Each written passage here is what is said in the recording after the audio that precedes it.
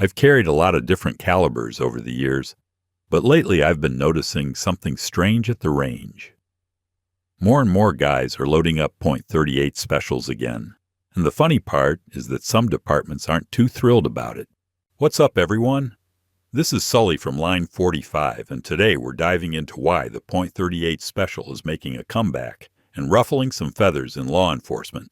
Before I start, I would really appreciate it if you would push those buttons below. The subscribe button, the notification bell, all of them. This is not necessary, but those little clicks help a brother out. Plus, it pushes me to give you more valuable car-related content on your screen. Now buckle up and let's get back to the video. You ever shot a Smith Model 10 that's older than your dad and still hits dead center? That's the .38 special in a nutshell. It was built for the real world, not for the spec sheet. This round's been putting in work since 1898, back when S&W rolled it out as an upgrade over the .38 long Colt. Cops packed it for decades, from beat walkers in New York to troopers out in the desert, and they trusted it because it just plain worked. I still keep an old snub on my nightstand. 6 shots of 38 plus P with 158 grain lead semi-wad cutters, and I don't feel undergunned. Is it flashy? No. But it's quiet confidence. You pull that trigger and it delivers no slide to jam, no mag to fumble. People talk about capacity like it's everything, but in real-world defensive shooting, it's that first 2 or 3 shots that count. And a revolver gives you all the control all the time. Sure, polymer pistols took over. I carry a Glock too. But when someone asks me what they should throw in a glove box or carry deep inside a jacket, I still point them toward a .38. It's simple, safe, reliable, and it's got a century of street cred behind it.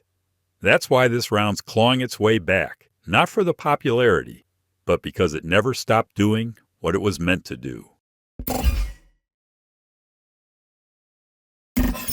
Now, despite the shift to higher capacity semi-automatics, the revolver's wheel gun design offers durable performance without magazine issues, often reliable, even after years unused. I've picked up old Smiths and Rugers that sat untouched in safes or drawers for a decade, gave them a quick wipe, and they ran like they just left the factory. That's the beauty of a mechanical fixed cylinder system. You're not dealing with mag springs wearing out feed lips warping, or slide cycles depending on clean ammo and fresh recoil springs. If the ammo's good and the trigger moves, the gun goes off. That's why folks still throw a snub in the truck or stash one by the bed, especially when they want something they can trust without babying. The average revolver has fewer failure points. No extractor to break, no slide to short stroke, and no feed ramp issues. Everything rotates and locks into place with a design that's been refined over 150 years. And while a double-action trigger isn't light, it's consistent. You don't get surprise reset points or accidental doubles. That long pull acts like its own safety, which is why you see revolvers still used in backup roles by law enforcement and often recommended for folks who don't hit the range every week. Yeah, capacity is limited, but reliability is where the wheel gun earns its keep, especially in situations where the gun might sit for years before it's ever used. That's what makes it a no-nonsense tool, and it's why more shooters are giving it another look. In particular, a .38 special revolver that's built specifically for the cartridge, not just a .3x57 with less bark, feels noticeably better to shoot. Less steel in the frame means less weight on the hip, and more importantly, softer recoil with faster follow-up shots. That smooth push of a 130 grain load is a lot easier to handle than the sharp crack of a Magnum, especially in a snub. You're not fighting the gun, and in a high-stress moment that matters more than most people realize. I've shot both types side by side. The .38-only guns tend to settle back on target faster, and they're more forgiving if your grip isn't perfect. Defensive shooting isn't about making bullseyes. It's about getting those first 2 or 3 rounds on target when your pulse is spiking. The less recoil you have to recover from, the better chance you've got of doing that cleanly. Modern .38 special loads have come a long way too. Plus P options like Spear Gold Dot Federal HST and Hornady Critical Defense are designed to expand reliably even out of short barrels. You pair that kind of ammo with a revolver built for control, and now you've got something that shoots smoothly, carries easily, and gives you confidence under pressure. Well, I am quite aware that a lot of folks like to throw 9mm ballistics in your face, or hype up newer stuff like the .327 Federal Magnum. But the .38 Special Plus P has earned its respect the hard way, and that's through years of actual street use. Not range day theories. Real-world fights. Load up something like the Speer 135-grain Gold Dot, or Federal's 130-grain HST, and you're getting rounds that meet FBI specs out of a 2-inch barrel. I've chronoed them myself, and they run in the mid-900s with solid, repeatable expansion in gel. No flash, no fuss. What makes Plus P loads special isn't just velocity. It's how they pair with small-frame revolvers. That recoil is right on the edge, enough punch to matter, but still controllable in a 5-shot snub. When you pull that trigger under pressure, you don't want a muzzle flip that knocks you off target or a blast that makes you flinch. Plus P rounds keep you in control and deliver the kind of terminal ballistics that get the job done without needing a 5-inch barrel or a full-size rig. And no, it's not some outdated compromise. These loads were carried by detectives and plainclothes officers for decades because they worked. You don't see the old-timers arguing about gel tests. They just kept loading their cylinders the same way, because it stopped threats. That kind of confidence can't be made up. It comes from results. You load up a 158-grain lead semi-wad cutter hollow point in 38 Plus P, and you're holding a round with real history behind it. That's the same load the FBI carried when revolvers were standard issue. I've fired plenty through short-barrel guns, and while it gives a bit more push than the lightweights, it's smooth and stays on target. Penetration runs deep, often pushing 14 to 16 inches in gel, and it deforms consistently, even through denim. No tricks, no gimmicks. It just does the job. But these days, ammo makers are cooking up new designs that change the game without turning up the recoil. Solid copper fluted rounds like Black Hill's Honey Badger or the Navex ARX spin a different approach. Specifically, they employ monolithic construction with no hollow point to clog. Instead of expansion, they cut and displace tissue like a buzzsaw. I've put these through snubs and noticed less snap, faster follow-ups, and surprisingly consistent gel results. You're still hitting that FBI performance window without needing Magnum-level pressure. The old-school FBI load still earns respect, but now shooters have more options that run clean and soft, especially in lightweight carry revolvers. You're not sacrificing performance either. Some of these modern loads hold together better than traditional lead under rougher conditions. Whether you're sticking with proven classics or leaning into the new tech, .38 Special has more fights in it than people give it credit for. But here's the thing. Law enforcement agencies largely moved away from .38 Special revolvers because of key operational drawbacks that don't line up with modern policing needs. First is capacity. Most .38 revolvers hold 5 or 6 rounds compared to 15 to 17 in a standard-issue 9mm duty pistol. In a gunfight, those extra rounds can mean everything. Even with practice, reloading a revolver, whether you're using speed loaders, moon clips, or strips, is slower and more cumbersome under pressure. That's not just a training issue. It's a fundamental design limitation that can't match the speed and ease of slapping in a fresh magazine. Departments also have to consider logistics. Issuing revolvers means stocking specific .38 special duty ammo, which complicates standardization and procurement. Most agencies prefer to streamline everything from magazines to maintenance tools to qualification protocols around a single platform. Semi-autos make that easier across the board. Then there's perception. Like it or not, a 6-shot wheel gun looks dated. In today's environment, where optics-ready pistols and weapon lights are the norm, handing a recruit a snub-nose .38 can feel like dragging the department backward.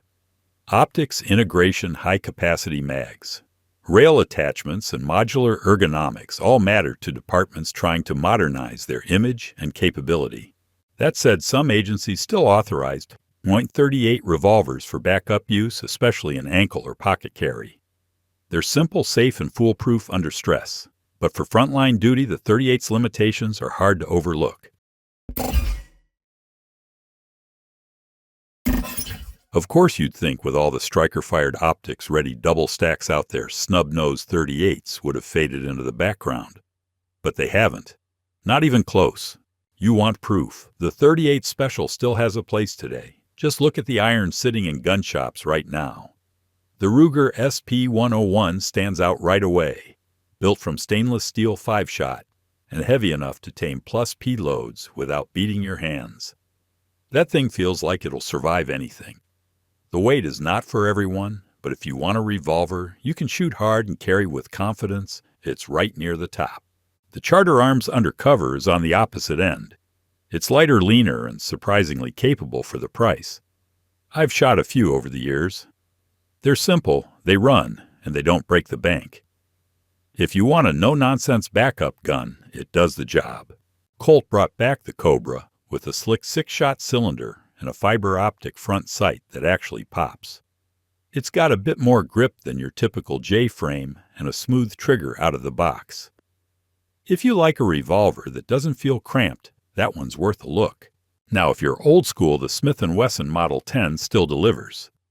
Fixed sight 6 shots and a history that runs deep in American law enforcement. It shoots soft and tracks clean. That K-frame just feels right in the hand. Taurus Defender 856 TORO is a wild card. 6 shots and it's cut for optics. Never thought I'd see a red dot on a snub nose, but it works. Lastly, the S&W 442 Performance Center with moon clip cuts. That's for guys who want fast reloads and a gun you can carry in gym shorts. Each one has its place, and every single one proves .38's not going anywhere. You load it, close the cylinder, and that's the whole game.